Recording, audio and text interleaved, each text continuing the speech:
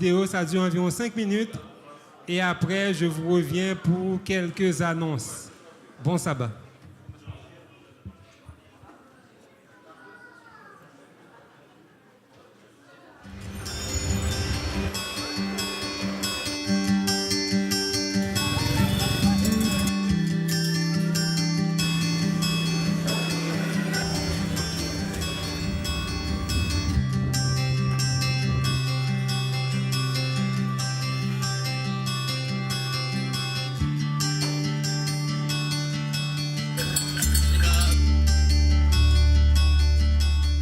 Nous sommes encore nombreux à nous imaginer le champ missionnaire en termes de petits villages ruraux.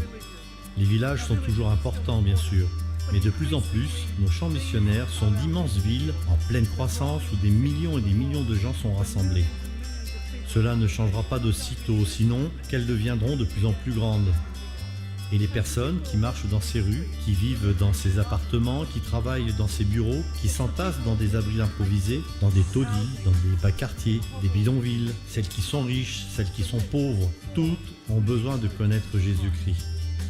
Les zones urbaines qui explosent sont notre plus grand défi missionnaire, mais elles sont aussi notre plus grande opportunité.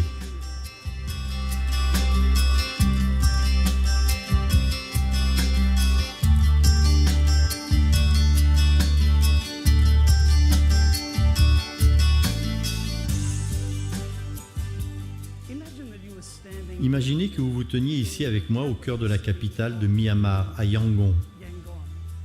Puis imaginez un cercle autour de nous dont le rayon ferait 5000 km.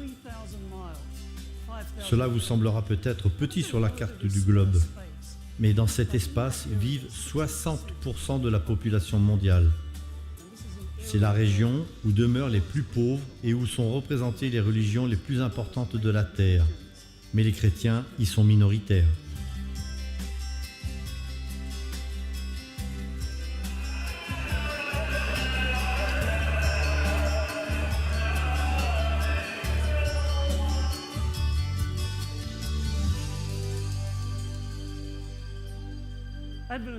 Les débuts de l'œuvre adventiste du Moyen-Orient ont eu lieu ici dans le vieux pays d'Égypte. En 1870, certaines personnes y ont envoyé des brochures. Aujourd'hui, plus de 140 ans plus tard, l'Église adventiste dans toute cette région est une minorité parmi les minorités. En fait, si vous imaginez une file de personnes partant du Caire et allant en droite ligne vers Beyrouth au Liban, elle fera environ 600 km.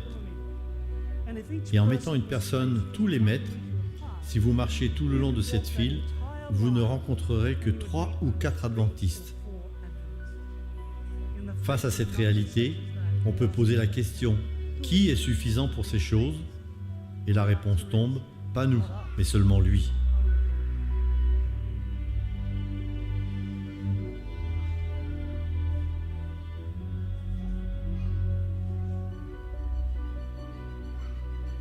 Il y a 2000 ans, l'apôtre Paul est venu ici à Athènes. Il y a découvert un champ pour la mission. C'était une cité pleine d'idoles. Et quand il a rencontré les philosophes sur la colline de Mars, près de l'Acropole, il a su faire le lien entre la bonne nouvelle de Jésus-Christ et la culture de ceux qui vivaient là. Il y a réalisé cette importante connexion, leur parlant de l'autel au Dieu inconnu qu'il avait aperçu. Il leur a démontré comment ils pouvaient être destinés au seul vrai Dieu. Aujourd'hui, nous faisons face à d'immenses champs missionnaires. Nous pensons au Moyen-Orient, nous pensons au nombre croissant de villes dont la population dépasse le 1 million d'habitants. Nous pensons à la fenêtre 10-40, nous pensons à l'accroissement de la sécularisation et du postmodernisme. Et nous pensons même aux défis que représente la transmission de l'état d'esprit missionnaire à nos enfants. Mais tout en pensant à ces nombreux défis, nous nous souvenons que nous avons la puissance du Saint-Esprit. Nous savons aussi quelle importance sont les exemples de Jésus lui-même et de l'apôtre Paul qui ont su faire ce qu'il fallait pour rendre la bonne nouvelle significative, attractive et compréhensible par tous, quelle que soit la culture ou le contexte. Quand en 1990, la mission globale a été créée, le nombre de membres d'églises adventistes du 7e jour s'élevait à environ 6 millions. Aujourd'hui, ils sont plus de 18 millions et des milliers d'églises ont été implantées, tout aussi bien que dans les villages reculés de l'Amazone, comme celui-ci, que dans des immenses villes telles que New York. Partout dans le monde, nous voyons que l'implantation d'églises est à son plus haut niveau et pourtant d'immenses défis demeurent. Notre attention se porte sur les mégalopoles du monde entier. Plus de 50% de la population mondiale y vivent et elle augmente rapidement. Nous pensons à la fenêtre 1040 où la plupart des gens n'ont pas encore entendu le nom de Jésus. Nous pensons à l'Occident sécularisé et postmoderne dont la population incroyante grandit chaque jour. La seule chose que nous pouvons faire est de nous réengager, d'avoir une vision nouvelle de la mission et de nous soumettre à la puissance du Saint-Esprit.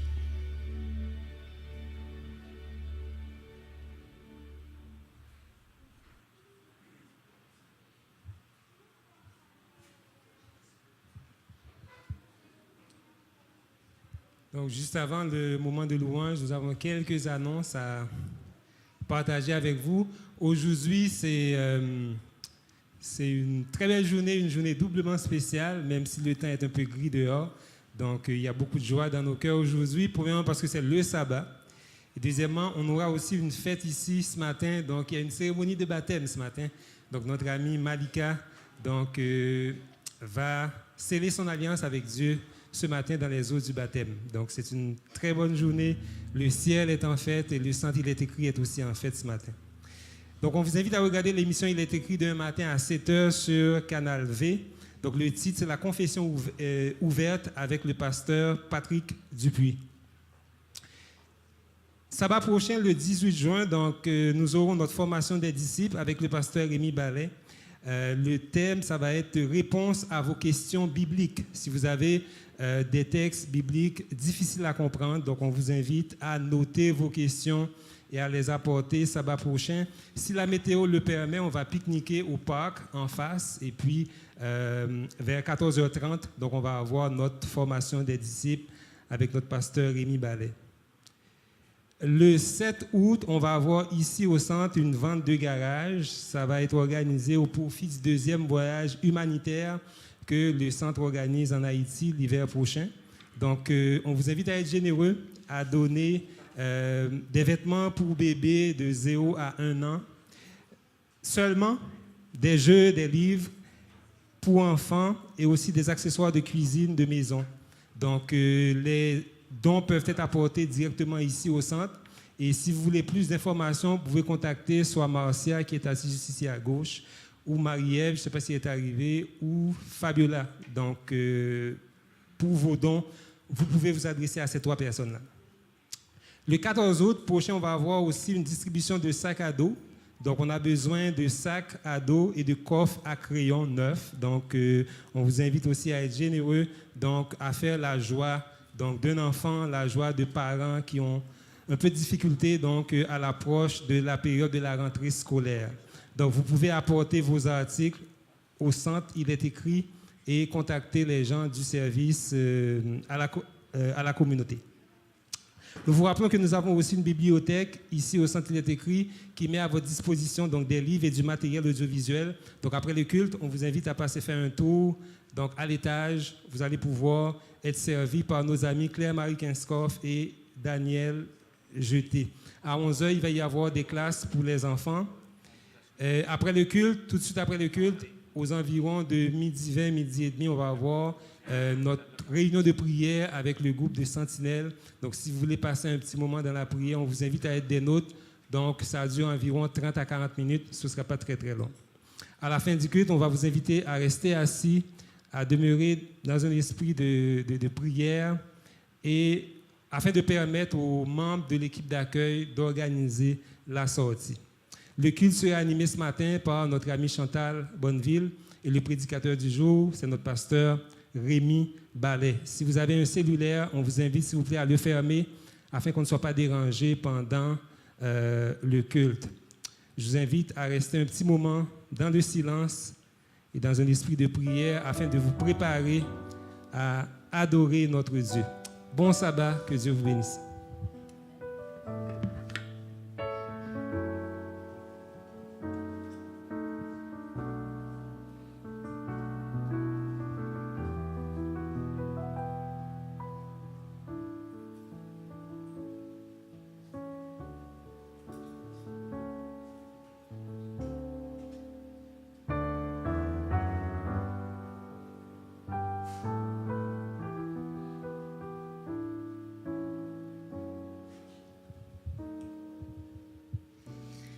Bon matin, bienvenue au Centre Élite Gris de Montréal et dans la Maison du Seigneur.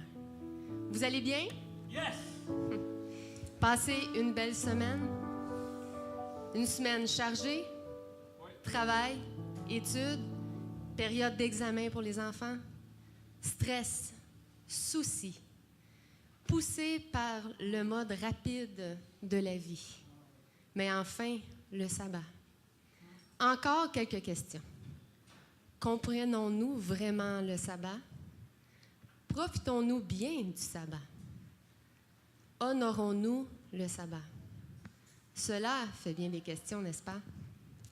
Aujourd'hui, au travers les chants et versets que nous allons lire, le Seigneur nous demande de bien disposer nos cœurs au désir qu'il a à nous faire du bien la journée du sabbat.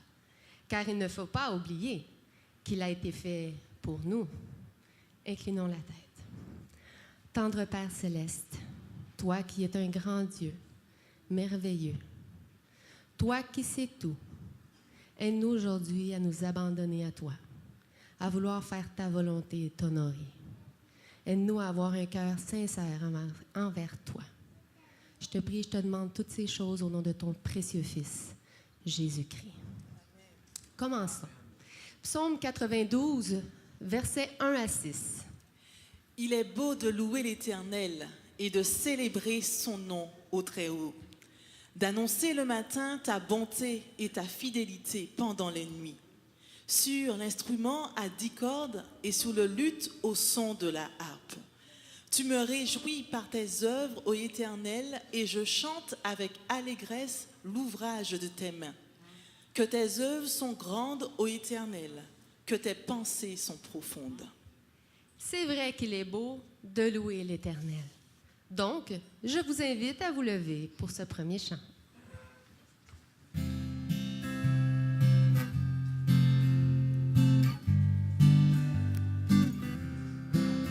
Qu'il est beau de voir des frères de même amour unis entre eux. Esprit de Dieu, tu les éclaires, tu les embrases de tes feux. Leur chant pieux et leur prière, comme un encens monte aux cieux. Leur chant pieux et leur prière, comme un encens monte aux cieux. Ô Rédempteur, dans ta présence, dans ta sainte communion, il savoure la jouissance d'une céleste affection. Aussi leur cœur en assurance t'offre leur adoration. Aussi leur cœur en assurance t'offre leur adoration. Dans tous les lieux la même vie anime tout est racheté. Partout leur âme est réjouie de tes douces gratuités. Oui, ton Église est enrichie de tes magnifiques bontés. Oui, ton Église est enrichie de tes magnifiques bontés. Répands sur nous, Dieu charitable, ton esprit de grâce et de paix, accueillis à la même table et goûtant les mêmes bienfaits. Qu'un amour saint et véritable nous unisse en toi pour jamais. Qu'un amour saint et véritable nous unisse en toi pour jamais. Dans Exode 16, 23. Et Moïse leur dit, c'est ce que l'Éternel a ordonné. Demain est le jour du repos, le sabbat consacré à l'Éternel. Faites cuire ce que vous avez à faire cuire, faites bouillir ce que vous avez à faire bouillir, et mettez en réserve jusqu'au matin tout ce qui restera. Donc, il est bien écrit de faire cuire, bouillir la veille, ce qui veut dire vraiment rien cuisiner le sabbat. C'est une journée de repos et d'abandon. Oui, ça peut être un peu compliqué, mais il faut choisir des repas faciles. Exemple, des sandwichs ou quelque chose de tout préparé que l'on fait seulement réchauffer, comme du riz, des pâtes, il y a plein de choix. Pour moi, le sabbat, ça veut dire, excusez l'expression, un break. Enfin, pas de fardeau de m'acharner à cuisiner comme le reste de la semaine. Donc, la salade est lavée la veille. Les légumes peuvent même être coupés d'avance. Vous savez, une maman, ça s'occupe de nourrir sa famille. Mais quelquefois, c'est lourd, épuisant. Pour moi, le sabbat, c'est une vraie délivrance. Donc, on vient de lire dans le chapitre 16, et déjà dans 31, le titre est « Le sabbat rappelé ». Wow, ça n'a pas été très long d'oublier. Ensuite, dans Exode 35, c'est écrit « Encore le rappel ». Donc, je crois qu'on devrait peut-être être plus à l'écoute de ce que le Seigneur nous demande.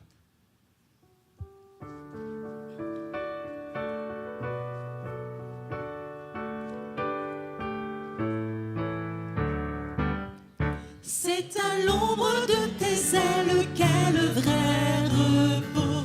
La plus de douleur cruelle, la plus d'angoisse mortelle, la plus d'écrasant fardeau, c'est le vrai repos. La plus d'écrasant fardeau, c'est le vrai repos. Vrai repos, Vrai repos, paix parfaite et bonheur, sous les ailes du Seigneur. Vrai repos, paix parfaite et bonheur, sous les ailes du Seigneur. C'est à l'ombre de tes ailes qu'on trouve la paix. Les oiseaux dans leur nid frêle, sous les plumes maternelles, ne s'épouvantent jamais, ils dorment en paix. Ne s'épouvantent jamais, ils dorment en paix. Vrai repos, paix parfaite et bonheur, sous les ailes du Seigneur. Vrai repos, paix parfaite et bonheur, sous les ailes du Seigneur. C'est à l'ombre de tes ailes qu'est le vrai bonheur. Toutes choses sont nouvelles et c'est la vie éternelle que d'être près de ton cœur. C'est le vrai bonheur que d'être près de ton cœur. C'est le vrai bonheur. Vrai repos, paix parfaite et bonheur, sous les ailes du Seigneur. Vrai repos, paix parfaite et bonheur, sous les ailes du Seigneur. Lévitique 16, verset 31, ainsi que 23 et 32, il nous est dit d'humilier nos âmes au Seigneur. Lévitique 23, verset 3, nous parle de sainte convocation. Les mots « humilier vos âmes » et « sainte convocation » est doux à l'oreille. Quand on aime le Seigneur, comment ne pas le respecter avec tout l'amour qu'il nous porte?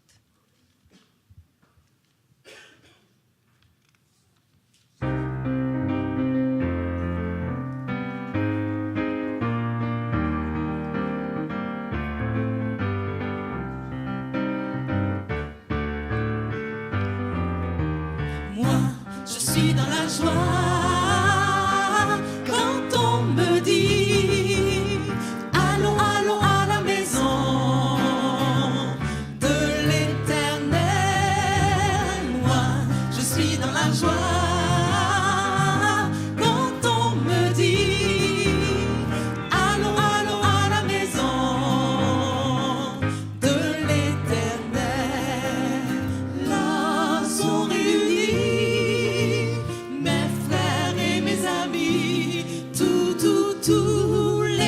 que j'aime, ceux qui me comprennent. C'est ici que je suis bien, c'est ici que je suis bien. Moi, je suis dans la joie.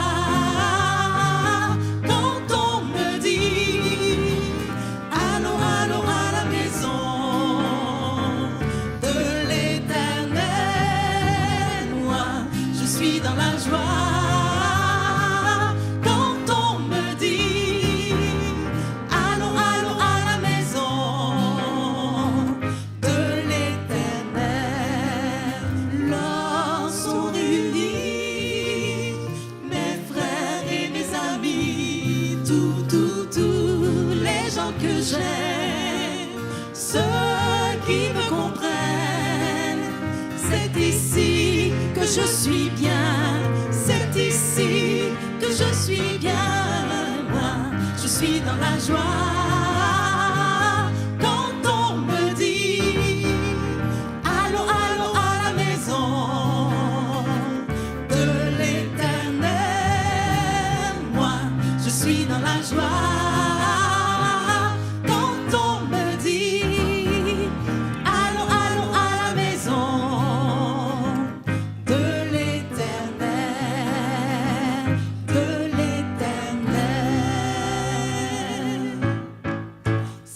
Journée que Dieu a faite, qu'elle soit pour nous un jour de fête.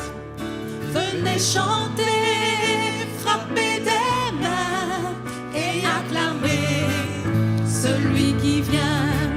C'est la journée que Dieu a faite, qu'elle soit pour nous un jour de fête. Venez chanter.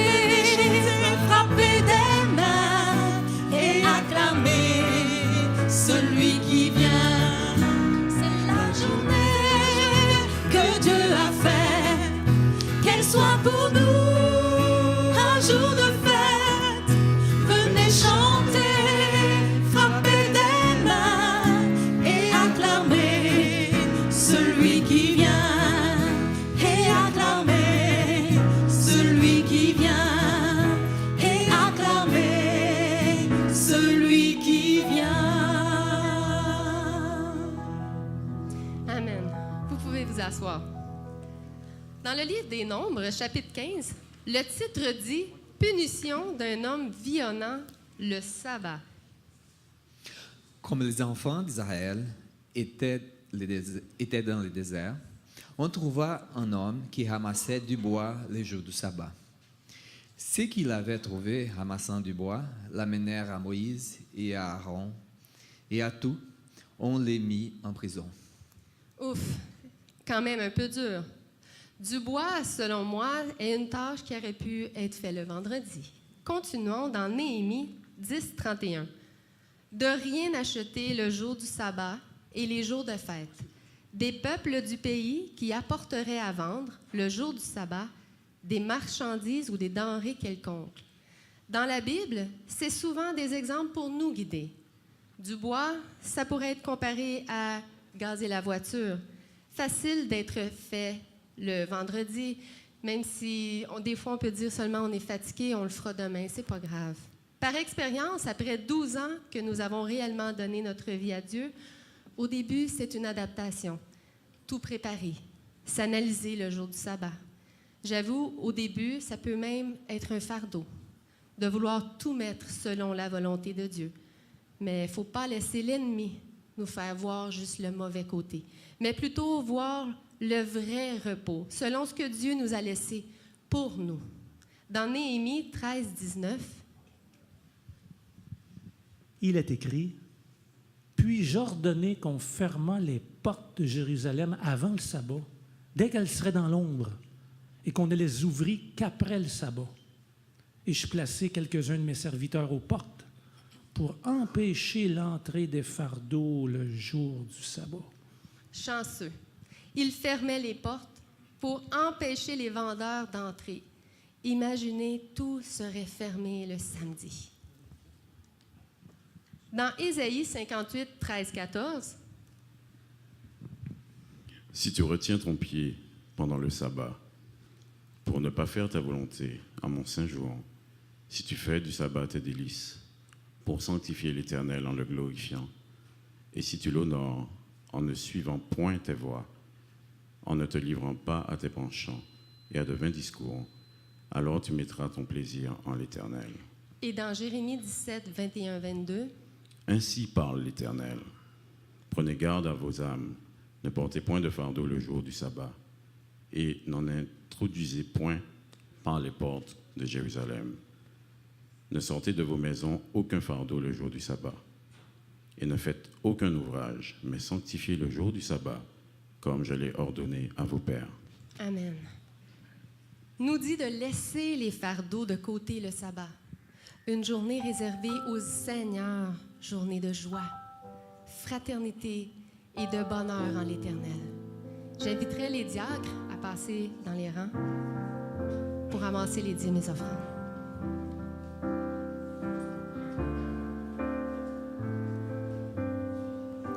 Je laisse à tes pieds mes fardeaux.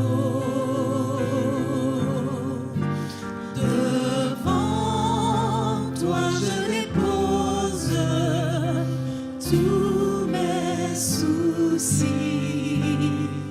Et chaque fois que je ne sais pas me diriger,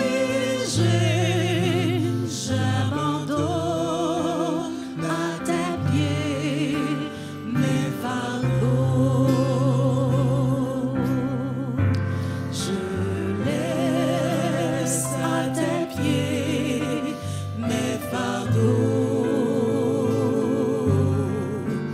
Devant toi je dépose tous mes soucis. Et chaque fois que je ne sais pas me diriger, j'abandonne à tes pieds mes fardeaux.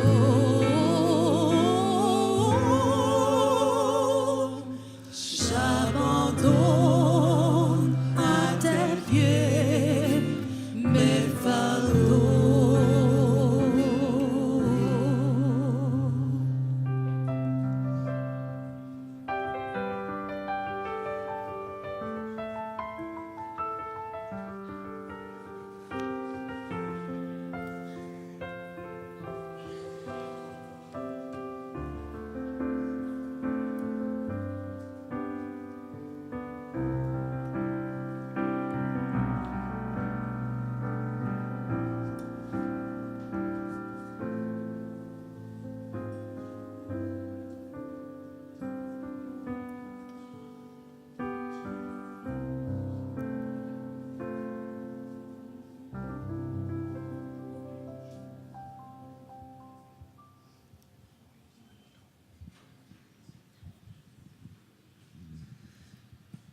Notre Père dans les cieux,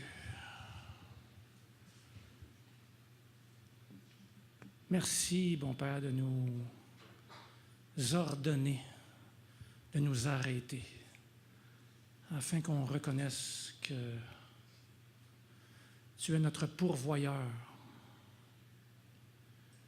Nous sommes ton peuple, nous sommes le troupeau de ton pâturage. Merci. Nous t'apportons ce matin, tout d'abord, Seigneur, nos vies, nos cœurs en offrande pour toi, malgré nos manquements, nos indécisions, nos inaptitudes. Mais je sais une chose, Seigneur, ce n'est pas que nous soyons par nous-mêmes capables de faire quelque chose, mais notre capacité vient de toi. Et merci, mon Père, de faire de nous tes enfants et de nous utiliser à l'accroissement de ton royaume ici-bas.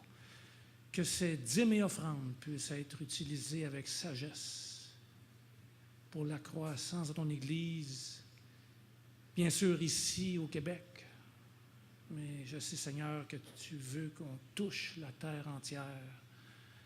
Et merci pour tous les missionnaires, pour tous ceux qui œuvrent à travers le monde à la proclamation de ton Évangile. Et merci du privilège qu'on a de contribuer à ce financement.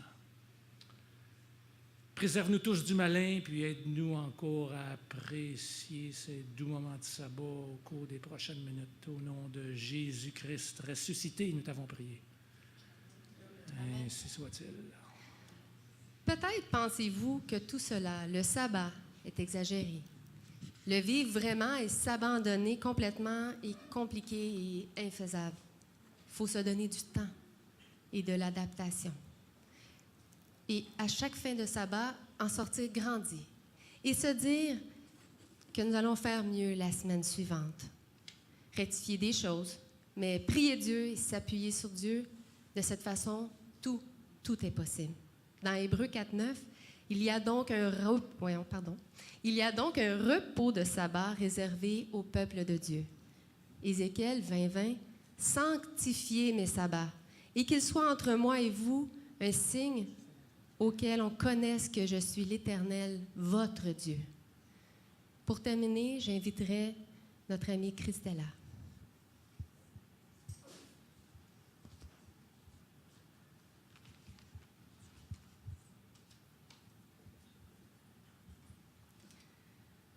Dans un monde où l'on fait la course au temps, où tout va plus vite et s'envole, il nous a offert un cadeau, un présent d'une valeur inestimable, à côté duquel il est pourtant si simple de passer. Dans son amour inconditionnel, Dieu nous a laissé un jour marqué par sa paix. Un jour entier, mis à part, consacré, à travers lequel retentit son nom. Car il savait, alors qu'il n'y avait que la parole, que l'homme, au plus profond de lui, aurait toujours besoin d'un jour différent, d'une pause dans sa course effrénée, afin que l'on ait l'opportunité de ralentir, de recentrer notre esprit sur les choses essentielles, de lever notre tête du quotidien pour voir la délicate splendeur de la nature autour de nous, pour partager des moments précieux avec notre famille, pour prendre part aux louanges dans le nom du Seigneur parmi nos frères et sœurs de l'Église. En ce jour de joie dans le royaume, de réjouissance dans le cœur des fidèles, car le sabbat a été sanctifié, appelé jour du repos, par celui qui pourvoit tous nos besoins. Car nous sommes appelés enfants de Dieu, que dans nos vies rayonne sa lumière, pour que chacun puisse voir resplendir son amour, entendre parler de sa puissance et reconnaître à travers nous un témoignage véritable. C'est alors que ce jour nous est laissé, afin d'illuminer notre chemin, de ranimer la flamme de notre foi.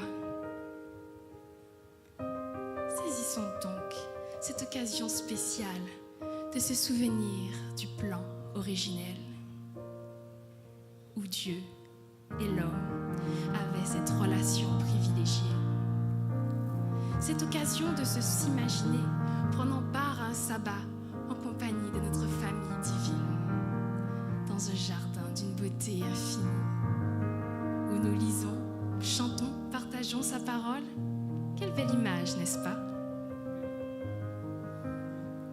Alors, en attendant de retrouver ce bonheur, en attendant son retour, je te souhaite de trouver en toi la joie qu'apporte le jour du repos, en compagnie de Dieu. Et que tu puisses en profiter pleinement pour te rapprocher de lui. À tous, je vous souhaite un joyeux sabbat.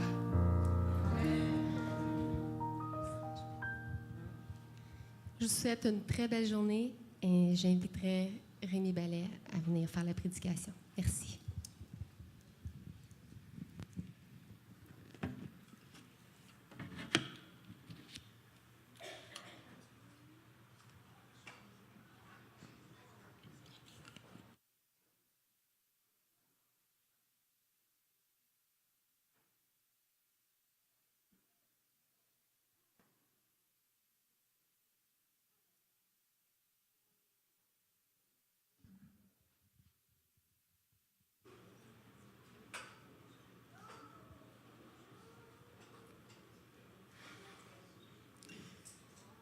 Aujourd'hui, journée de sabbat, occasion de nous retrouver pour chanter, pour prier, pour fraterniser, pour nous souvenir, pour nous former à l'école de notre Maître. Aujourd'hui aussi, journée de sabbat spéciale, puisque dans le cadre de ce service de culte, nous aurons un baptême, celui de Malika. Vous connaissez Malika, certains d'entre vous, peut-être pas tout le monde. Est-ce que tu veux bien juste te lever, Malika? Voilà, Malika qui, aujourd'hui 11 juin, a 16 ans et a décidé d'être baptisée le jour de son anniversaire.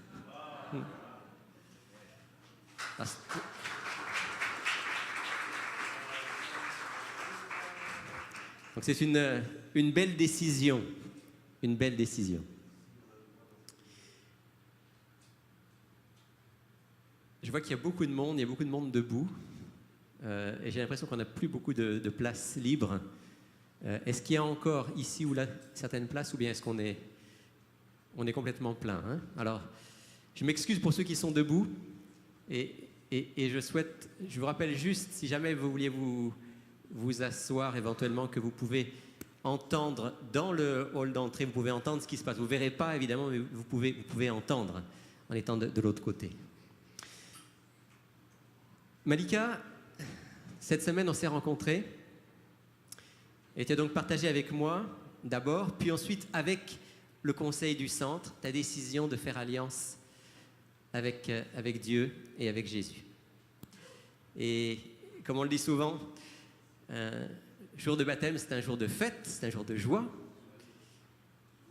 Et c'est aussi un jour solennel, parce que c'est un acte très important que tu poses aujourd'hui, et tu le sais. C'est quelque chose qui engage tout ton être. En fait, pendant quelques minutes, j'aimerais réfléchir avec toi sur un des aspects du sens du baptême. Tu sais, les gestes que Dieu nous a laissés, que ce soit le baptême ou que ce soit d'autres gestes, comme par exemple la Sainte Seine, le lavement des pieds, l'onction d'huile.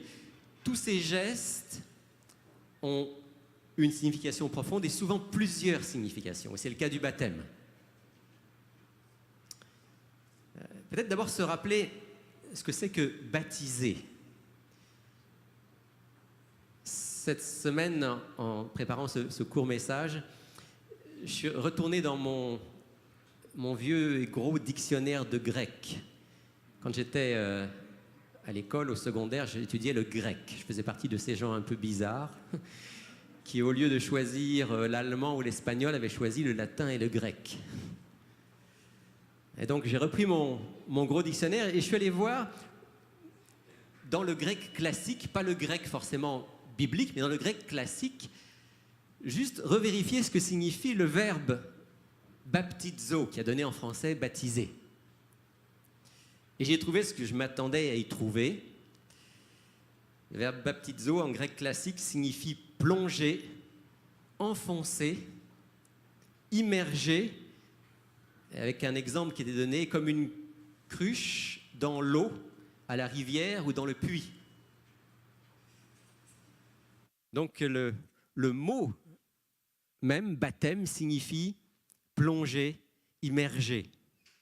Une immersion totale dans l'eau. C'est ce que tu vas vivre dans quelques instants, Malika. Tu le sais, hein? Tu es prête à ça. Tu as même la tenue pour ça. Certains ont remis en question l'idée que pour être baptisé, il fallait être plongé dans l'eau. Si vous lisez un certain nombre de commentaires de théologiens ou autres, certains disent mais non, finalement, on n'est pas forcément obligé d'être plongé dans l'eau pour être baptisé.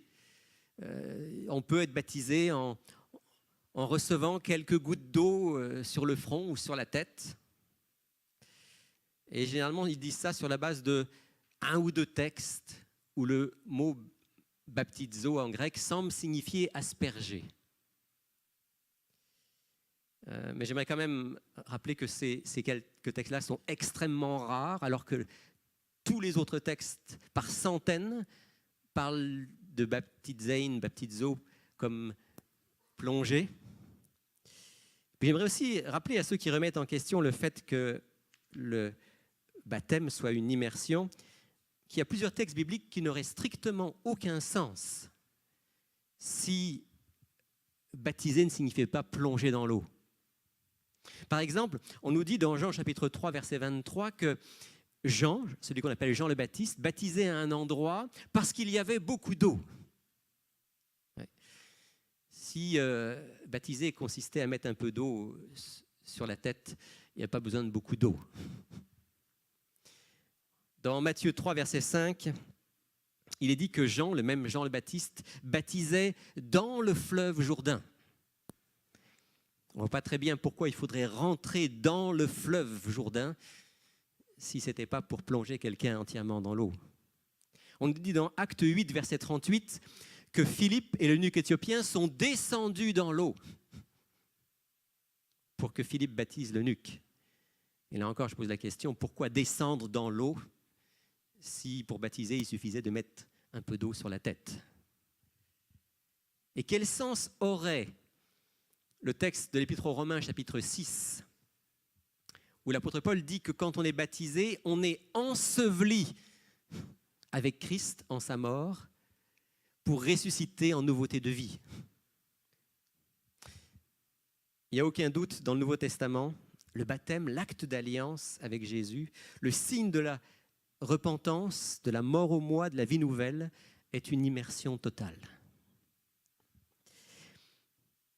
Et si j'insiste là-dessus, ce n'est pas tellement parce que je veux absolument démontrer doctrinalement que le baptême, c'est une immersion, mais c'est parce que je crois que tous les gestes que Dieu nous donne, il ne les donne pas par hasard. Et si Jésus a choisi que le baptême soit une immersion totale, c'est parce qu'il sait que le geste porte en lui-même un message. Ce ne sont pas des gestes magiques, mais ce sont des gestes qui ont une signification profonde. Par exemple, dans l'Ancien Testament, quand on sacrifiait un animal, quand on avait péché et qu'on devait sacrifier un animal, et qu'on prenait du sang de l'animal, qu'on le mettait sur les cornes de l'autel, et dit le texte, lorsque la personne qui avait péché avait fait cela et sortait du sanctuaire, elle était pardonnée. Ce n'est pas que le sang de la chèvre ou de la brebis qui avait été sacrifiée magiquement enlevait le péché. Mais le geste signifiait quelque chose de profond. La personne qui devait faire un sacrifice devait comprendre, à travers le geste qu'elle faisait, qu'un être innocent qui n'avait aucun rapport avec son péché allait mourir à cause de son péché. Et que grâce à cette mort, lui, le pécheur, allait être pardonné. Et quelle extraordinaire préfiguration de ce que Jésus allait faire. Un être innocent qui n'avait aucun rapport avec mon péché a accepté de mourir pour mon péché, afin que moi, je sois totalement délivré du péché et de ses conséquences. Vous voyez comment le geste a une signification extraordinaire par rapport au message que Dieu veut donner. De la même manière, dans le baptême, le geste qui n'est pas magique, et tu le sais, Malika, ce n'est pas magiquement le baptême qui va te transformer. Pourtant, ce geste du baptême porte une signification extraordinaire. Et ce matin, je vais insister sur un aspect. Il y en a beaucoup. Il y a probablement des dizaines d'aspects du baptême sur lesquels on pourrait mettre l'accent. Ce matin, je vais juste mettre l'accent sur un point de ton baptême. Et c'est lié au fait, c'est pour ça que j'insistais là-dessus au départ, c'est lié au fait que tu vas être plongé entièrement dans l'eau. Totalement dans l'eau. Pourquoi est-ce que Dieu a voulu que le geste d'alliance avec lui, avec Jésus, soit un geste par lequel on est plongé totalement dans l'eau, entièrement dans l'eau? Je crois que Dieu l'a voulu parce qu'il a voulu nous faire prendre conscience que notre vie est désormais totalement unie à celle du Christ et que notre vie est totalement transformée par sa présence et par sa grâce dans nos vies. En fait, le baptême nous dit, d'une manière très concrète, très physique, qu'avec Dieu, c'est tout ou rien. Je ne peux pas être plongé dans l'eau. Et oui, on connaissait cette histoire de quelqu'un qui a été baptisé. Et quand il a été baptisé, il a juste sorti la main, il a laissé la main hors de l'eau. Et quand on lui a demandé pourquoi il avait fait ça, il dit c'est parce qu'il y a juste une chose que je ne suis pas sûr que je suis prêt à abandonner encore. Mais ça n'a pas de sens par rapport à un baptême. Le baptême, c'est tout entier. C'est tout ou rien. Et je ne suis pas sûr d'ailleurs que toujours ceux qui se font baptiser comprennent ça. Il peut arriver qu'on se fasse baptiser pour des mauvaises raisons. Et je crois qu'il faut toujours insister sur le fait que quelqu'un qui est baptisé doit bien comprendre ce que ça signifie. On doit prendre le temps d'expliquer à partir des Écritures à cette personne ce que ça signifie. Parce que Malika, en étant baptisée aujourd'hui, tu es bien consciente que Dieu a accès à toute ta vie, à tous les aspects de ta vie. Aussi bien à ce que tu vis à l'école, que ce que tu vis à la maison avec ta maman, que ce que tu vis avec tes amis, que ce que tu vivras plus tard dans ton travail, dans ton foyer quand tu en auras un. Tout ça, tu veux que désormais ce soit confié à Jésus et dirigé par Jésus. C'est bien ça? Dieu nous invite à le laisser tout conduire. Et je vais lire avec vous quelques textes dans lesquels j'ai trouvé ce mot « tout ». Vous savez, c'est un tout petit mot. T-O-U-T, 4 lettres. Mais c'est un mot extraordinaire. Par exemple, dans Colossiens chapitre 2, verset 10, je lis ceci. Et vous avez, vous les croyants, vous avez tout pleinement en Jésus-Christ. Jésus-Christ qui est le chef de toute principauté et de tout pouvoir. L'apôtre Paul dit ici, il nous dit à tous, vous avez tout pleinement en Jésus-Christ. Qu'est-ce qu'il y a dans ce tout? Qu'est-ce que vous comprenez quand l'apôtre Paul dit vous avez tout pleinement en Jésus-Christ? C'est quoi ce tout? Oui? Mais qu'est-ce que vous mettez dans le tout? Tout. Oui, c'est une bonne réponse. Ouais. Vous avez tout pleinement en Jésus-Christ. Qu'est-ce que vous avez? Vous avez la vie, vous avez le pardon, vous avez l'amour, vous avez la joie, vous avez la paix, vous avez l'espérance, vous avez la foi. Toutes ces choses fondamentales de notre vie, vous avez tout ça pleinement en lui, dit l'apôtre Paul. Jésus ne donne pas les choses à moitié. Dieu ne fait pas les choses à moitié.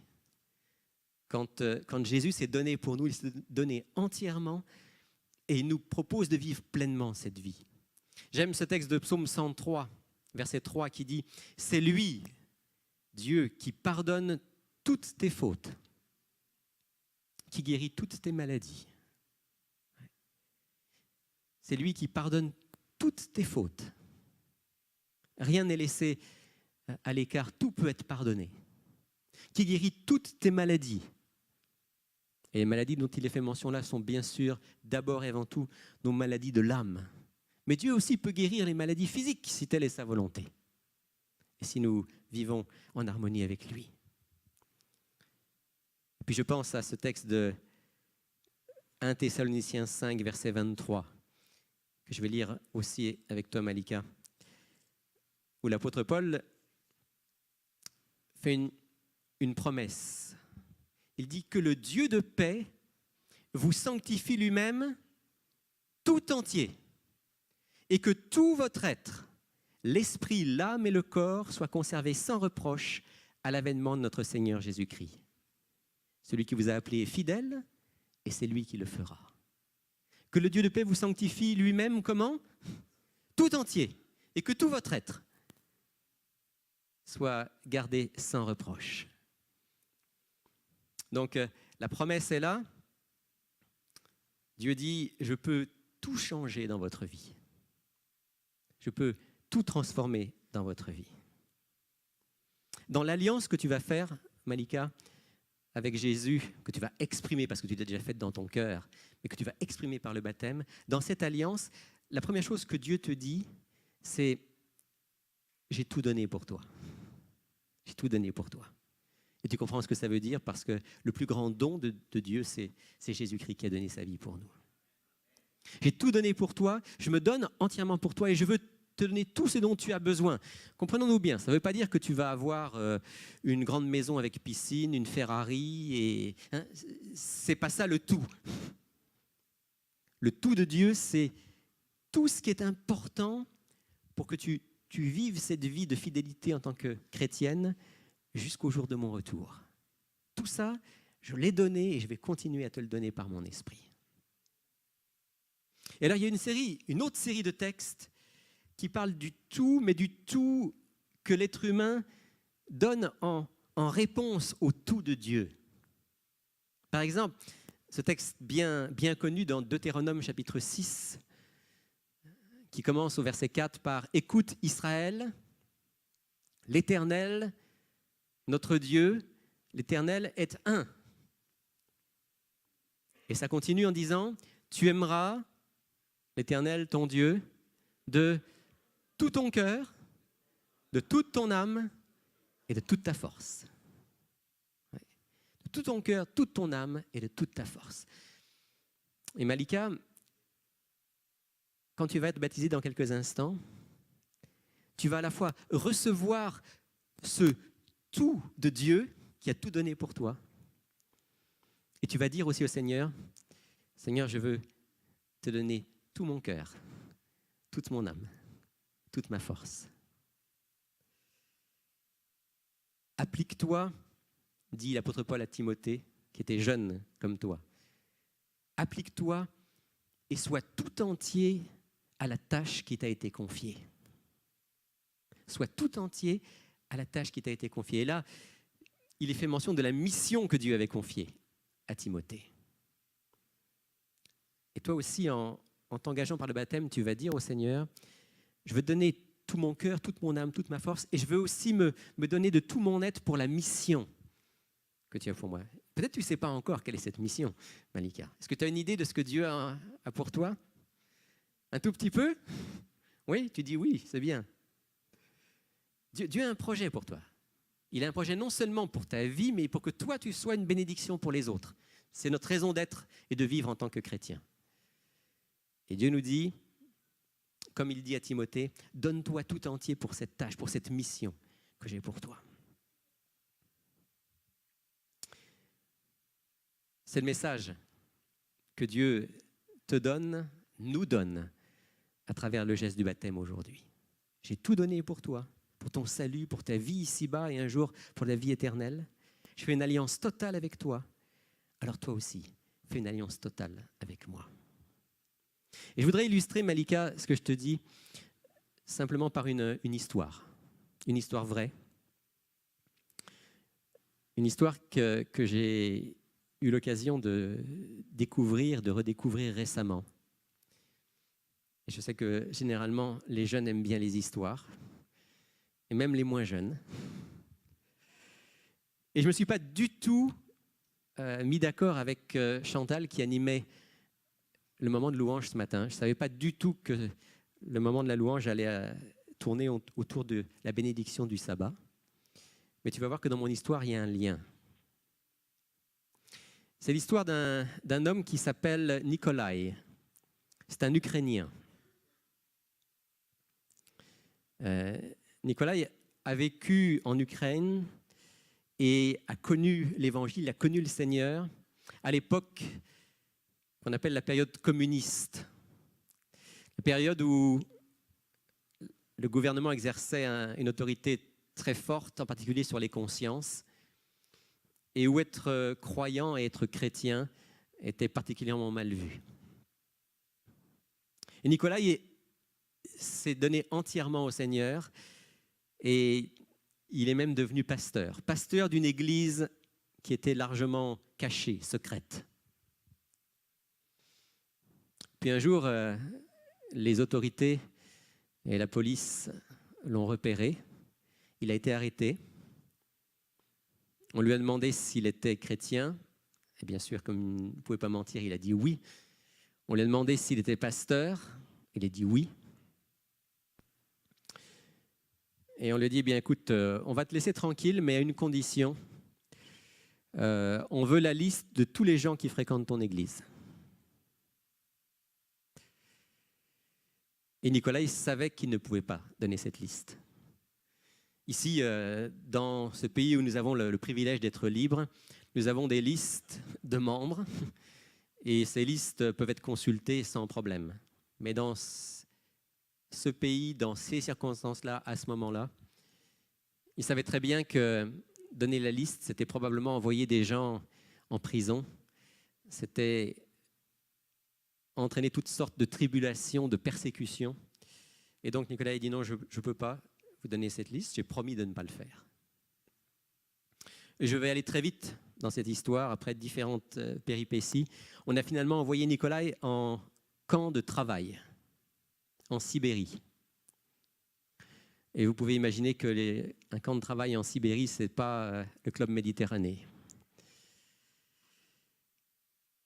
Pendant tout ce temps du voyage jusqu'en Sibérie, Nicolas a continué à prier Dieu et à lui demander l'occasion d'être un témoin. Et il l'a été, même dans le train qui l'emmenait jusqu'en Sibérie. Il a parlé de sa foi à plusieurs qui étaient là. Et puis il est arrivé au camp. Puis il a découvert la vie très, très simple et très dure du camp. Et il a commencé à travailler chaque jour. Et puis est arrivé le vendredi soir. Le sabbat commençait. Nicolas savait que le lendemain, il n'était pas question pour lui de travailler. Quand tout le monde s'est levé pour aller au travail le lendemain, aller manger, puis ensuite aller travailler, il est resté dans l'espèce de dortoir, de baraquement. Et finalement, quand on est venu le chercher parce qu'il n'était pas sur son lieu de travail, il a expliqué que aujourd'hui, c'était la journée du Seigneur, que c'était la journée réservée à Dieu, qu'il ne pouvait pas travailler, qu'il était prêt à travailler dur toute la semaine, même plus que les autres, mais que ce jour-là, il ne pouvait pas travailler, c'était un jour consacré à Dieu. Alors bien sûr, ça n'a pas été un message qui était bien reçu, on l'a emmené vers le commandant, il a été battu, il a été fouetté, et on l'a renvoyé dans sa chambre meurtri. Et le lendemain, dimanche, il a recommencé à travailler. Et tout le monde pensait que cette fois-ci, il avait compris, il avait eu sa leçon, il avait compris, et que la semaine suivante, ça allait se passer différemment. Et la semaine suivante, même chose. Nicolas, il se retrouve devant le commandant et dit « Je ne peux pas, c'est la journée du Seigneur. » Alors là, le commandant a eu une idée féroce. Et il a décidé de l'emmener dans la grange, une grange où ils avaient des animaux, et puis il y avait une boîte, une espèce de grande boîte en bois. Il a ouvert la boîte, puis il a pris Nicolas, il a dit « rentre là-dedans ». Puis il a fermé la boîte. Et dans la boîte, Nicolas était complètement recroquevillé sur lui-même. Et le commandant l'a laissé dans la boîte pendant 10 jours. Et vous pouvez imaginer. Au bout de 10 jours, on est allé le chercher. On l'a sorti de là. Inutile de vous dire que pendant les 10 jours, la seule chose qu'il avait, c'était un peu d'eau et du pain. Pas de possibilité de faire quoi que ce soit, de bouger. Évidemment, pas de toilette. Quand on l'a sorti de là, la puanteur était extrême. Et il était presque incapable de déplier ses jambes parce qu'après 10 jours où vous êtes dans cette position-là, le moindre mouvement provoque une peine extrême. Il a fallu à peu près une journée pour arriver à se remettre, à être à nouveau debout, à commencer à fonctionner. Il s'est remis à travailler. Puis est arrivé le samedi. Et là, le commandant était certain qu'il avait compris. Et le samedi suivant, Nicolas il avait beaucoup prié. Il avait dit « Seigneur, aide-moi à tenir le coup. Il faut que je te reste fidèle. Donne-moi la force. » Alors le samedi suivant, il n'est pas allé travailler. Et il s'est retrouvé à nouveau dans la boîte pour 10 jours. Et Nicolas il a vécu ça pendant presque 2 ans. On le sortait pendant quelques jours et puis retournait dans la boîte. Et après plus d'une année, il raconte qu'il s'accrochait au Seigneur. Dieu lui avait donné une certaine paix à l'intérieur. Dans sa boîte, il se rappelait tous les versets bibliques qu'il connaissait, il chantait. Et puis après plus d'un an, il sentait aussi que ses forces diminuaient, que parfois son courage diminuait, que parfois sa foi était comme troublée. Et il s'accrochait au Seigneur. Et après donc plus d'un an, un jour il y a eu une visite dans le camp. Et la visite, c'était un inspecteur, un haut gradé de l'armée qui venait inspecter le camp. Il a inspecté tout le camp et puis à un moment il est rentré dans la grange, puis il a vu la boîte, il dit « Qu'est-ce que c'est que cette boîte ?» Le commandant du camp était un petit peu gêné, puis il a expliqué ce qui se passait et le haut gradé a dit « Ouvrez cette boîte ». Il s'est tourné vers le commandant et lui a dit « Ici c'est un camp de travail, ce n'est pas un camp de torture. Sortez cet homme ». On a sorti Nikolai de la boîte. Et le haut gradé a dit « Est-ce que vous n'avez pas autre chose à donner à cet homme, à faire, où il pourrait éventuellement avoir cette journée de libre ?» Le commandant a dit « Oui, je pourrais trouver quelque chose, mais il faudra qu'il travaille très fort. » Ce qui s'est passé, c'est qu'à partir de là, Nicolas n'est plus allé dans la boîte, mais on lui a dit qu'il devait apporter l'eau en fait dans ce camp. Il y avait une charrette tirée par un bœuf et on allait tous les jours, quelqu'un était responsable d'aller chercher l'eau à l'extérieur, bien loin du camp, là où il y avait une source, de remplir des barils, de très gros barils, de les ramener au camp et puis de retourner et de faire ça pendant toute la journée. Et il fallait environ 70 barils par semaine. Et le commandant, avec un petit sourire, a dit à Nicolas, eh bien, si tu arrives à rapporter 70 barils en 6 jours, tu peux être libre le 7e. Nicolas il a prié, a dit, Seigneur, voilà, c'est ma chance, sois avec moi. Seulement, pour rapporter ces 70 barils par semaine, Nicolas était dépendant d'un bœuf. Celui qui tirait la charrette. Un vieux bœuf qui s'appelait Maxime.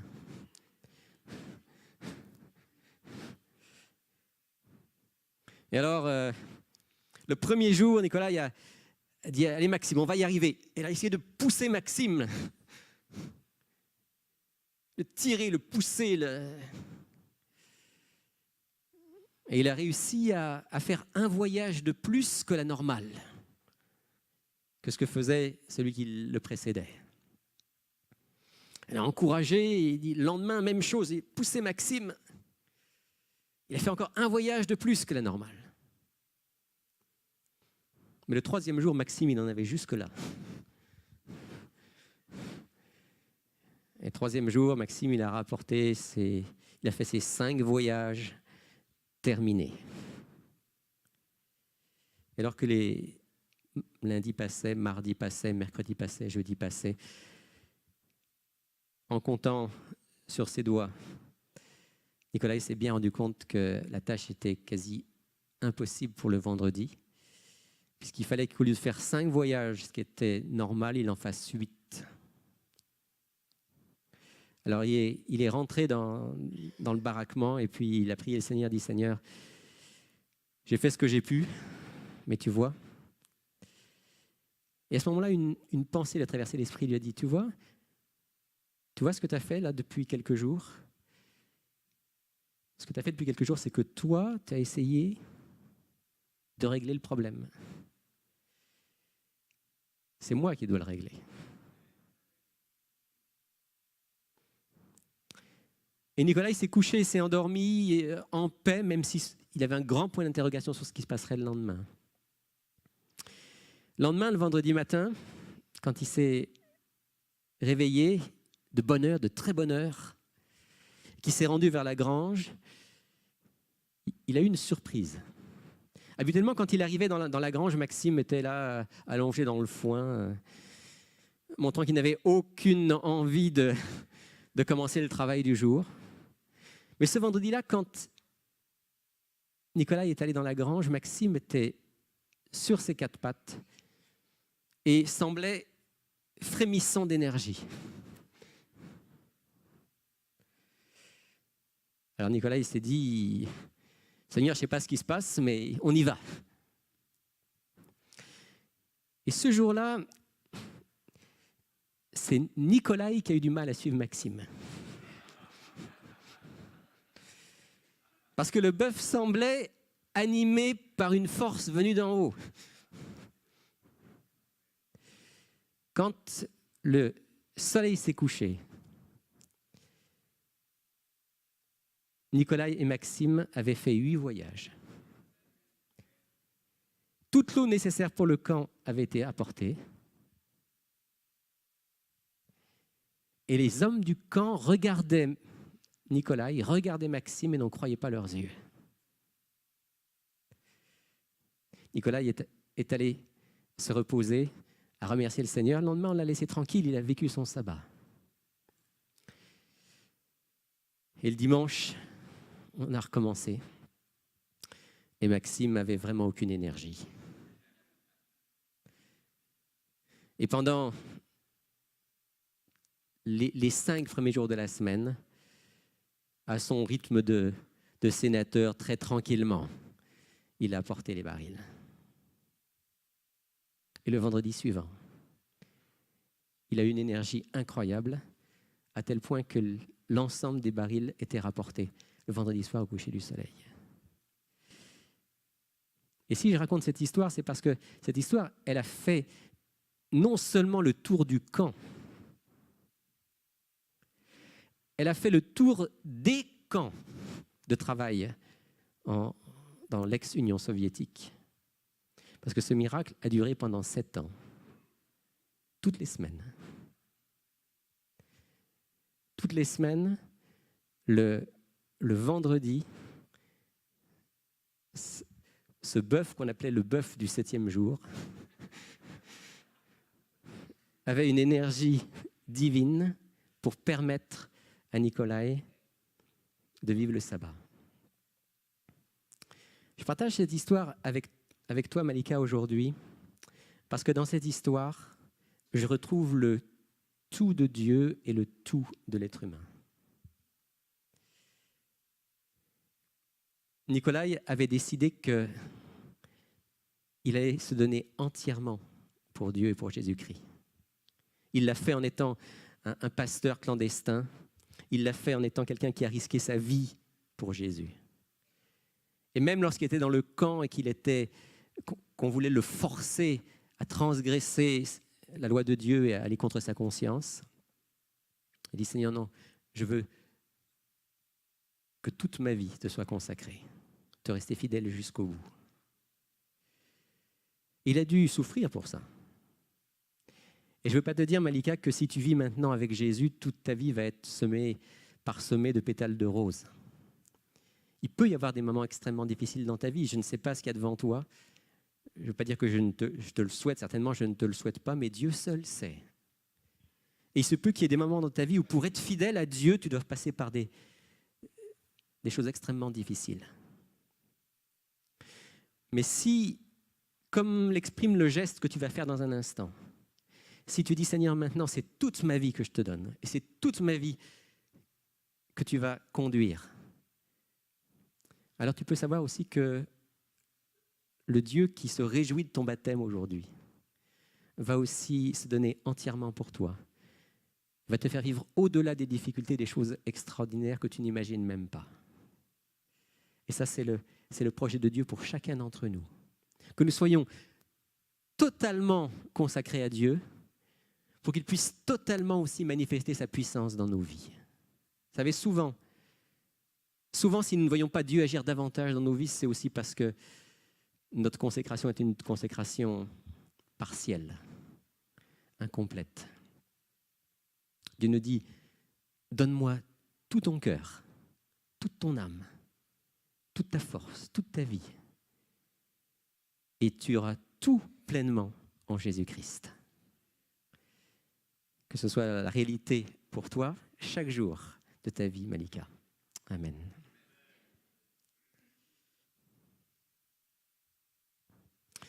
Je vais t'inviter à me rejoindre maintenant, si tu veux. Et avant que l'on fasse une prière spéciale de consécration pour que Dieu te bénisse et dans ce choix de vie que tu fais, dans cette nouvelle vie, je vais juste te poser 3 questions qui sont les questions du baptême, comme un résumé des questions du baptême, juste pour que vous sachiez. Malika a suivi une formation très complète, plus complète que beaucoup de gens qui se préparent au baptême. Elle a fait une série d'études bibliques dans l'école adventiste qu'elle fréquente, à Greaves Academy, avec l'aumônier. Et ensuite, elle a encore fait une série d'études bibliques avec Jean-Robert Gardère, l'un des membres de l'équipe pastorale ici. Donc, je pense que tu as eu une bonne préparation et que tu peux répondre de tout ton cœur à ces questions. Malika, la première question, c'est est-ce que tu acceptes Jésus-Christ comme ton Seigneur et ton Sauveur personnel? Est-ce que tu désires vivre avec lui une relation profonde et transformatrice? Oui. Vous avez entendu? Non, alors il faut que tu redises fort. Oui. Voilà, là vous l'avez entendu. Acceptes-tu, Malika, les enseignements de la Bible, tels qu'ils sont exprimés dans les croyances fondamentales de l'Église adventiste du 7e jour? Est-ce que tu veux t'engager par la grâce de Dieu à vivre en harmonie avec ces enseignements de la Bible? Oui. Malika, est-ce que tu veux être baptisée pour témoigner publiquement de ta foi en Jésus, être acceptée dans la communauté, dans l'Église adventiste du 7e jour, pour soutenir fidèlement l'Église et être au service dans le monde par ton influence, tes dîmes et tes offrandes et ton service dans la mission? Oui. Voilà. Donc sur la base de ces 3 oui, eh bien, nous voulons maintenant que tu puisses vivre cet acte et que tu puisses faire alliance avec Jésus-Christ. Et avant de le faire, je vais inviter les membres de l'équipe pastorale qui sont dans la salle à venir avec moi ici. Nous allons faire une prière ensemble. Nous allons nous mettre à genoux. Je vais inviter l'Assemblée, elle, à se lever. Et nous allons demander que le Saint-Esprit puisse agir puissamment, fortement dans ta vie pour te permettre de vivre cette vie nouvelle.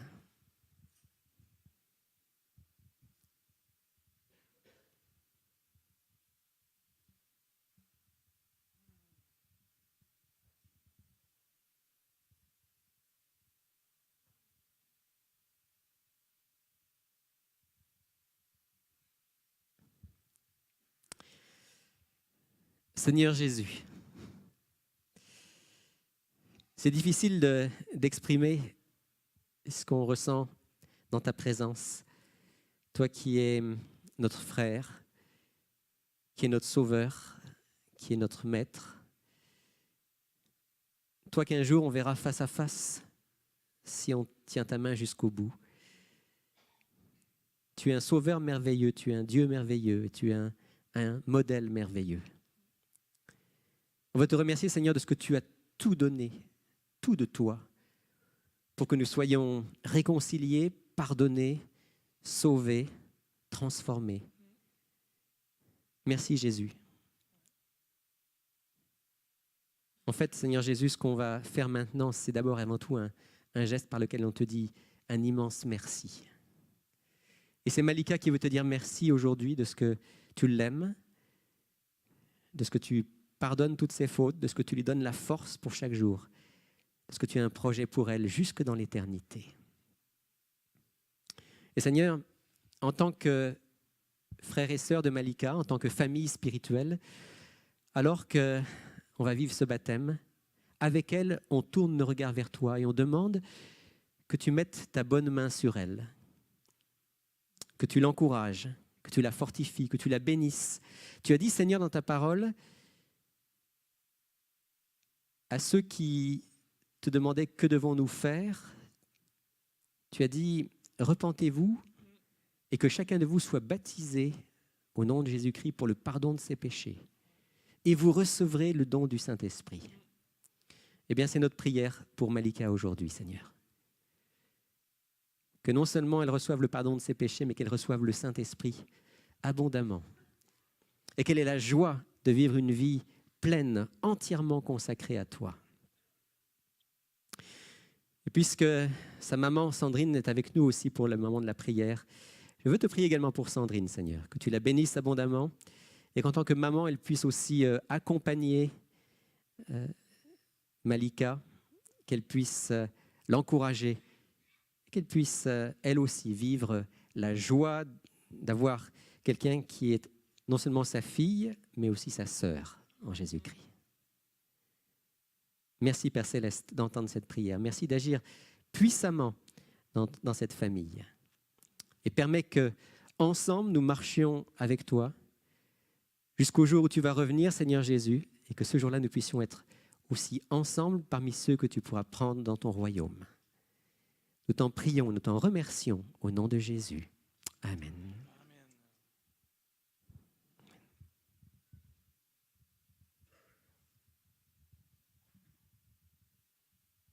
Vous pouvez vous asseoir.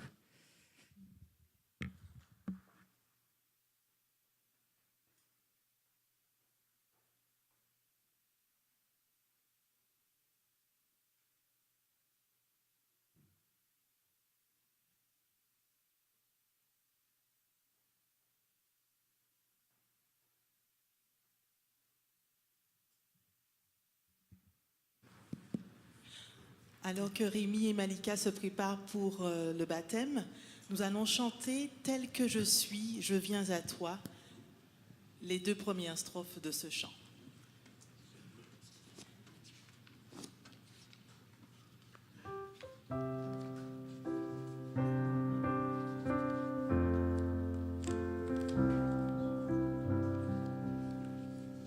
Tel que je suis, sans rien à moi, sinon ton sang versé pour moi et ta voix qui m'appelle à toi, agneau de Dieu.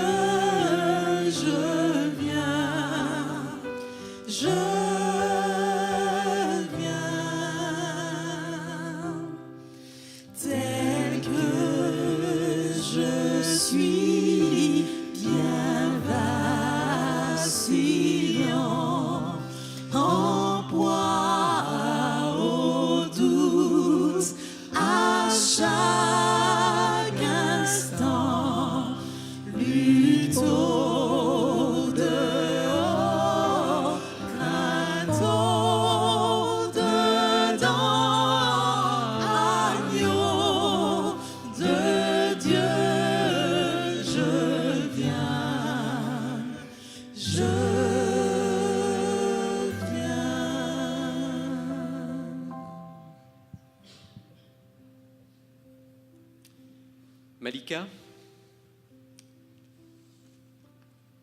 dans ce jeune âge qui est encore le tien, tu as choisi de marcher avec Dieu, de lui confier ta vie. Tu me disais, lorsqu'on parlait ensemble, je n'ai pas fait d'expérience extraordinaire, mais Dieu a déjà répondu à certaines de mes prières et je lui fais confiance. Que Dieu puisse te permettre de vivre toute ta vie en lui faisant confiance. Sur la base de ta préparation, sur la base de ta foi, sur la base de ta profession de foi que tu viens d'exprimer il y a un instant, devant ces témoins, devant ta maman, devant les anges et le Seigneur Jésus. C'est un privilège pour moi de pouvoir te baptiser. Merci Seigneur Jésus de ce que tu as fait pour Malika. Merci d'avoir donné ta vie pour elle. Merci de lui accorder maintenant le pardon, la vie nouvelle et la vie éternelle. Que ton esprit repose sur elle alors que je la baptise au nom du Père et du Fils et du Saint-Esprit. Amen. Amen.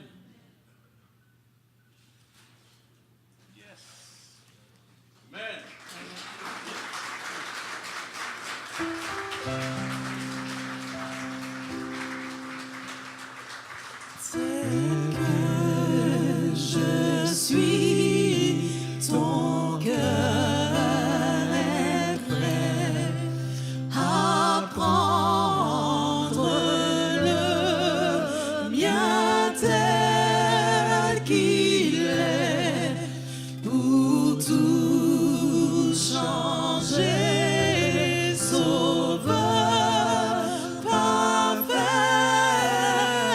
agneau de Dieu, je viens,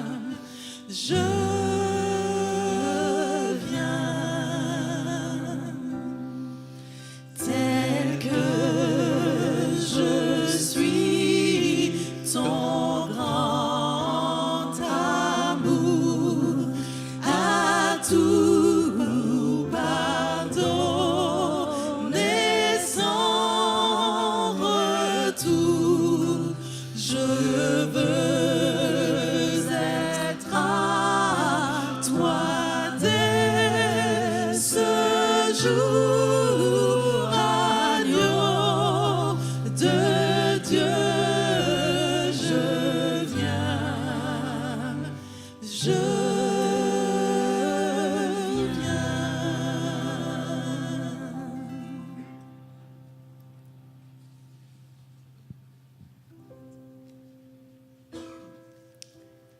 Entre tes mains, j'abandonne. Malika a abandonné sa vie aux pieds de Jésus. Nous l'avons sûrement déjà expérimenté. Et je vous prie de chanter ensemble. Entre tes mains, j'abandonne.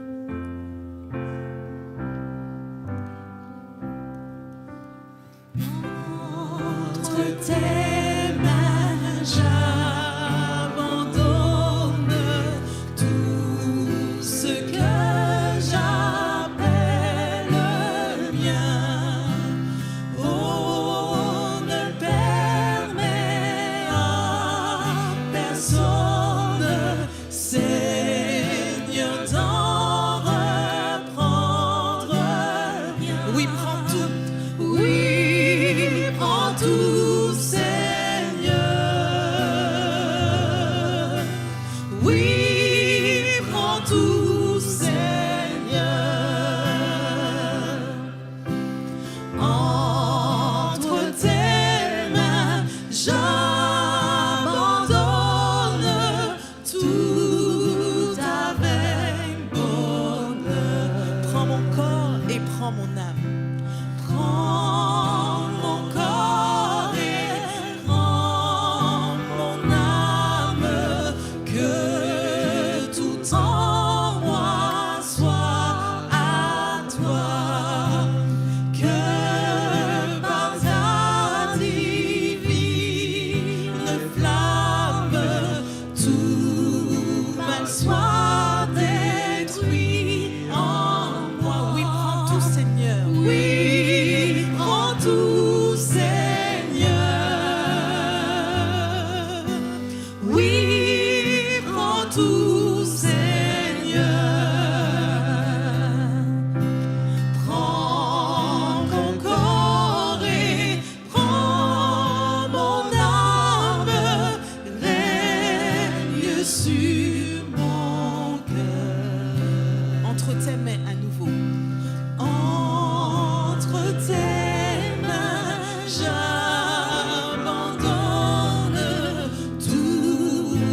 que j'appelle le mien. Oh, ne permets à personne, Seigneur, d'en reprendre rien. Avec force, oui, prends tout, Seigneur. Oui, prends tout, Seigneur. Oui, prends tout, Seigneur. Oui, prends tout. Entre tes mains, j'abandonne tout avec bonheur.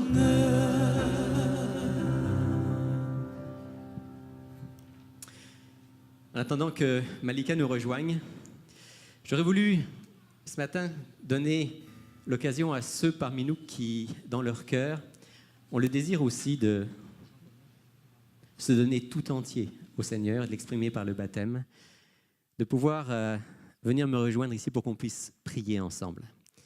Je sais que plusieurs parmi nous étudient la parole de Dieu, ont entendu l'appel du Christ à marcher avec lui, et que plusieurs ont dans leur cœur le désir de répondre à cet appel. Certains se préparent très concrètement au baptême, puisque Dieu voulant, dans 2 semaines, nous aurons à nouveau d'autres baptêmes. D'autres peut-être voient ça un petit peu plus loin dans le temps. Mais quel que soit votre cheminement, quel que soit le temps dont vous avez besoin, si dans votre cœur, dans votre esprit, Dieu vous dit, c'est le chemin, marchez-y. Et si vous voulez vous aussi faire alliance avec le Christ par le baptême, je vous invite à venir me rejoindre ici sur l'estrade. Et j'aimerais faire une prière particulière avec vous et pour vous, pour que Dieu vous bénisse. Et on peut encore chanter une strophe de « Entre tes mains, j'abandonne ». Prends mon corps et prends mon âme, que tout mon être soit à toi. Prends mon corps et prends mon âme, que tout en moi soit à toi, que par ta divine flamme, tout ma soit détruite en moi. Oui, prends tout, Seigneur. Oui, prends tout, Seigneur. Oui, prends tout, Seigneur. Oui, prends tout. Prends mon corps et prends mon âme. Règne sur mon cœur. Approchez-vous un petit peu de moi. Je voudrais qu'on puisse vraiment prier ensemble les uns avec les autres.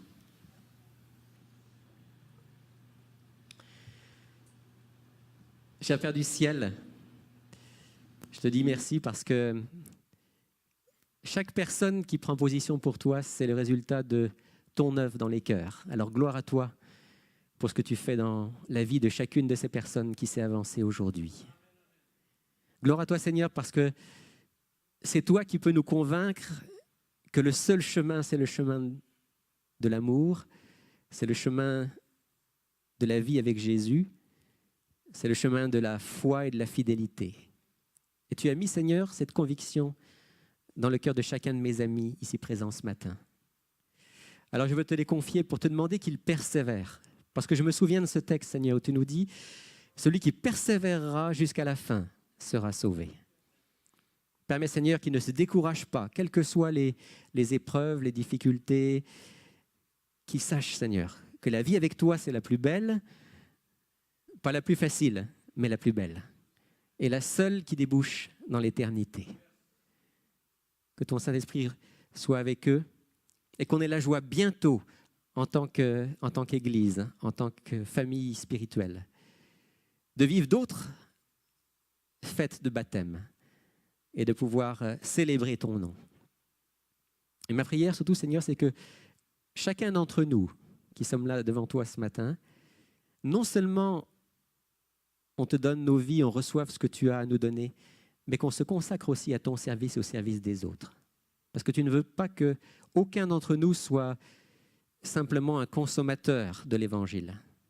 Tu veux qu'on soit participant de l'Évangile. Tu veux qu'on partage l'Évangile avec les autres.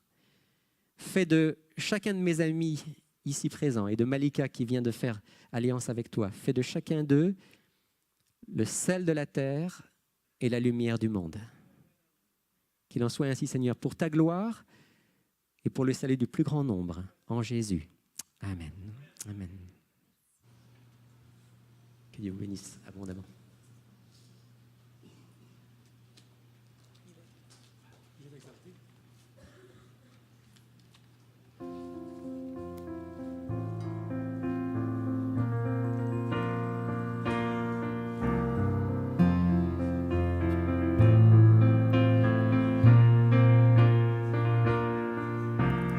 Il est exalté, le roi est au-dessus des cieux. Je veux le louer, il est élevé à jamais, exalté, et je loue son saint nom. Il est Seigneur, sa vérité régnera. Tout l'univers se réjouit en son saint nom. Il est exalté, le roi est au-dessus des cieux. Il est exalté, le roi est au-dessus des cieux. Je veux le louer, il est élevé à jamais, exalté, et je loue son saint nom.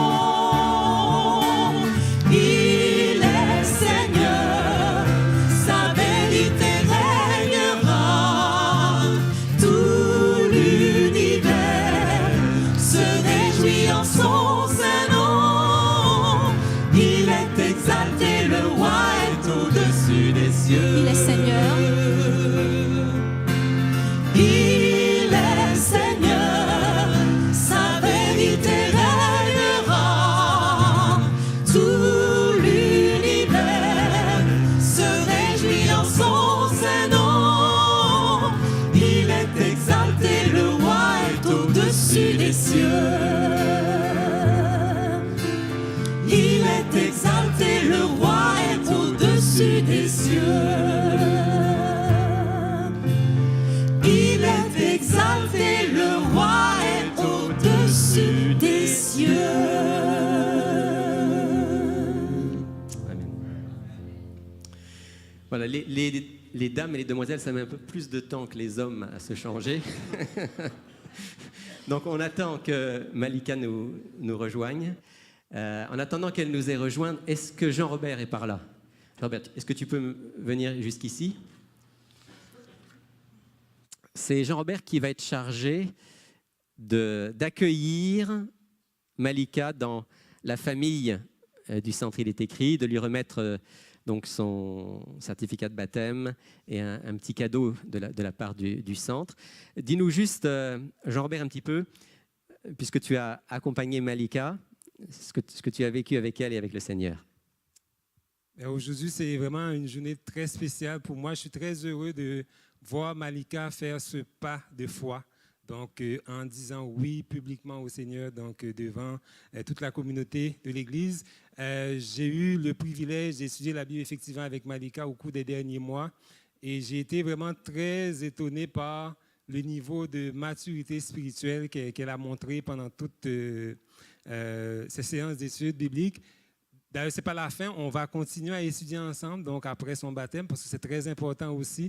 Donc, il ne suffit pas d'amener la personne donc dans le baptistère, il faut l'accompagner aussi après son baptême. Donc, je pense que j'ai vécu une très belle expérience avec Malika, et à chaque fois qu'on a la chance d'étudier la Bible avec quelqu'un, on en sort béni et aussi très édifié, parce que c'est comme le principe de l'arroseur arrosé. Donc, quand on apprend à quelqu'un, donc en fait, ce n'est pas égoïste de le dire, mais le premier bénéficiaire, c'est nous. Donc, ça a été une très belle expérience. Voilà, Malika nous a rejoints.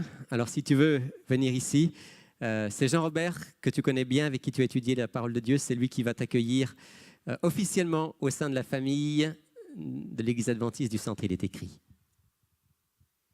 Donc, Malika, je suis très heureux d'être associé à ce grand événement. Donc, ce jour est doublement spécial pour toi. C'est un jour qui t'a vu naître et qui t'a vu renaître. Donc, à partir de l'année prochaine, à chaque 11 de juin, donc, tu vas fêter un double anniversaire. L'anniversaire de ta naissance, l'anniversaire de ta nouvelle naissance. Et pour te souhaiter la bienvenue au sein de la grande famille du Centre, il est écrit, je me fais le porte-parole de mes frères et sœurs pour te présenter d'abord ton certificat de naissance. Comme j'aime le rappeler aux nouveaux baptisés, ce n'est pas un passeport pour le ciel. Mais je pense que ton salut, tu l'as déjà acquis en Jésus-Christ, gloire à Dieu. Je vais te lire la page couverture qui dit ceci. Le baptême est le signe de la confession de foi en Christ, de l'adoption dans la famille de Dieu, du mandat pour le service. Et selon l'ordre du Seigneur, de notre Seigneur, Malika Nolbas a été baptisée à Montréal le 11 juin 2016 et a reçu dans l'Église adventiste du 7e jour du Centre, il est écrit, Fédération du Québec, le 11 juin 2016, et c'est signé du pasteur du Centre, Rémi Ballet. Et je te lis aussi ton verset de baptême. Tu aimeras l'Éternel, ton Dieu, de tout ton cœur, de toute ton âme et de toute ta force. Et ces paroles que je te donne aujourd'hui seront dans ton cœur. Deutéronome 6, les versets 5 et 6. Et le Centre aimerait aussi t'offrir ce précieux petit livre, Vers Jésus, de Mme Hélène G. White. Donc, je te souhaite d'en faire un livre de chevet. Donc, c'est une mine de bénédictions spirituelles, de ressources spirituelles. Donc, je te souhaite que tu le gardes et que tu puisses dedans beaucoup de bonnes choses, la force surtout de continuer à cheminer avec Dieu dans les années à venir. Et le Centre offre aussi ce livre De la grotte à l'Évangile, qui est le puissant témoignage du cheminement donc de l'un des pasteurs de notre Église, le pasteur Doug Batchelor, donc, qui est américain. Donc, c'est le récit biographique de son cheminement donc, qui l'a amené à accepter l'Évangile. Donc, je te souhaite une bonne lecture, de la persévérance et par la grâce de Dieu, on se verra au grand rendez-vous. Bienvenue dans la grande famille.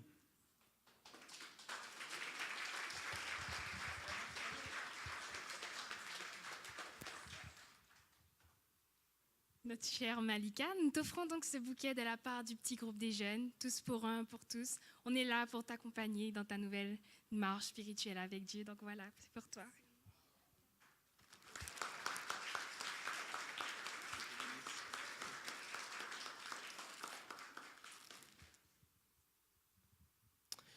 Voilà, je vous invite à terminer ce service de culte dans la joie en chantant. On va reprendre le chant « Il est exalté » si vous voulez, mais cette fois-ci debout, avec énergie, avec tout notre être.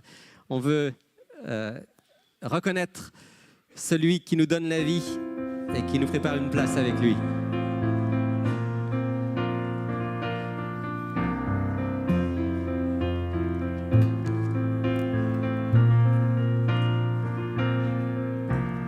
Il est exalté, le roi est au-dessus des cieux. Je veux le louer, il est élevé à jamais exalté et je loue son saint nom. Il est Seigneur, sa vérité régnera. Tout l'univers se réjouit en son saint nom.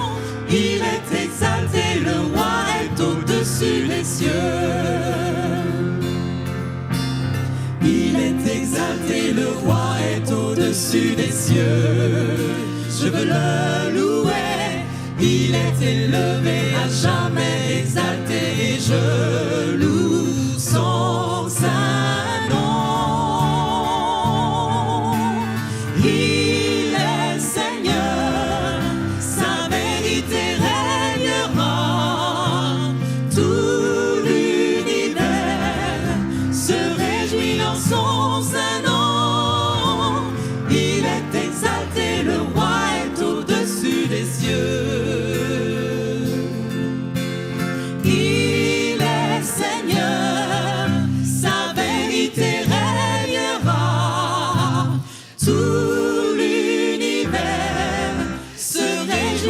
son Saint-Nom. Il est exalté, le roi est au-dessus des cieux. Je veux le louer. Il est exalté, le roi est au-dessus des cieux. Il est exalté, le roi est au-dessus des cieux.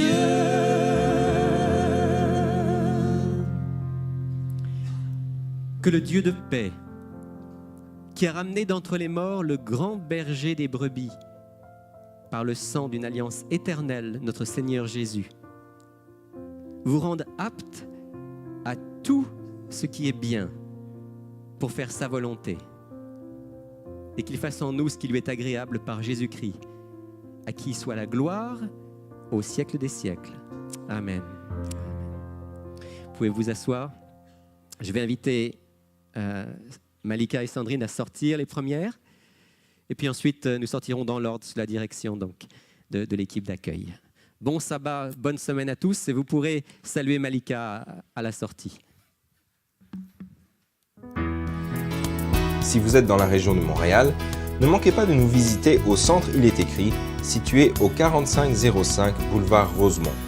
Chaque samedi à 10h30, un message biblique y est présenté et une large place est faite à la musique, la prière en toute simplicité. Pour connaître nos autres lieux de rencontre dans la province du Québec, visitez iletécrit.tv ou appelez-nous au 1-866-729-3515.